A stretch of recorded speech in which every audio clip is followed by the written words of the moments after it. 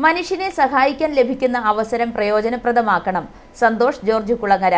സ്നേഹദീപം ഭവന പദ്ധതി പ്രകാരമുള്ള 48ാം സ്നേഹവീടിന്റെ താക്കോൽ സമർപ്പണം കരൂർ പഞ്ചായത്തിലെ ഇടനാട്ടിൽ നിർവഹിക്കുകയായിരുന്നു സന്തോഷ് ജോർജ് കുളങ്ങര.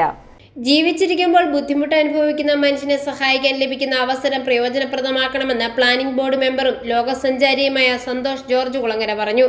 നന്മ പ്രവർത്തനങ്ങൾ തിരിച്ചറിയുവാനും പ്രോത്സാഹിപ്പിക്കുവാനും സഹകരിക്കാനും മനസ്സ് കാണിക്കുമ്പോഴാണ് നാം യഥാർത്ഥ മനുഷ്യരായി മാറുന്നത്.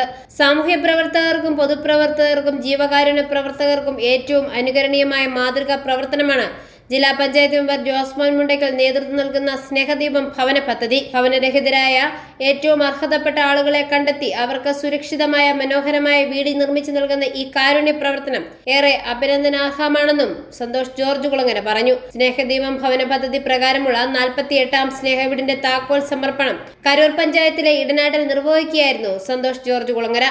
ഡേവിസ് പാലത്ത് ഭരണജ്ഞാനം സംഭാവന നൽകിയ സ്ഥലത്താണ് സ്നേഹദീപം പദ്ധതി പ്രകാരമുള്ള കരൂർ പഞ്ചായത്തിലെ ആദ്യ സ്നേഹവീട് നിർമ്മിച്ചത്. സ്നേഹദീപം പദ്ധതിയിലെ 38ാം സ്നേഹവീട് മുത്തോലിൽ നിർമ്മിച്ചതും സന്തോഷ് ജോർജ് കുളങ്ങര നൽകിയ 4 ലക്ഷം രൂപ ഉപയോഗിച്ചാണ്. അതുപോലെ തന്നെ എനിക്കറിയാം, ഇനി 50 വീട് പൂർത്തിയാകുമ്പോൾ അടുത്ത 50 വീടുകൾക്കുള്ള സാധ്യതകൾ, 50ലേറെ വീടുകൾ ആഗ്രഹിച്ചിരിക്കുന്ന ആളുകളുടെ പ്രതീക്ഷകൾ ഒക്കെയാണ് നമ്മൾ ഇന്ന് കാണുന്നത്.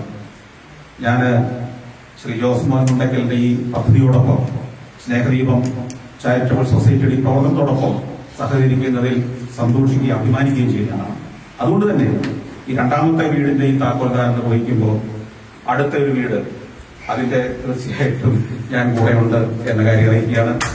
യോഗത്തിൽ ജില്ലാ പഞ്ചായത്ത് മെമ്പർ ജോസ്മോൻ മുണ്ടയ്ക്കൽ, കരൂർ ഗ്രാമപഞ്ചായത്ത് president Anasya Raman, vice president Saju Vettathettu, block panchayat member Sheela Babu, ഗ്രാമപഞ്ചായത്ത് മെമ്പർമാർ, സ്നേഹദീപം സൊസൈറ്റി ഭാരവാഹികൾ തുടങ്ങിയവർ പ്രസംഗിച്ചു. i4A ന്യൂസ്, പാല.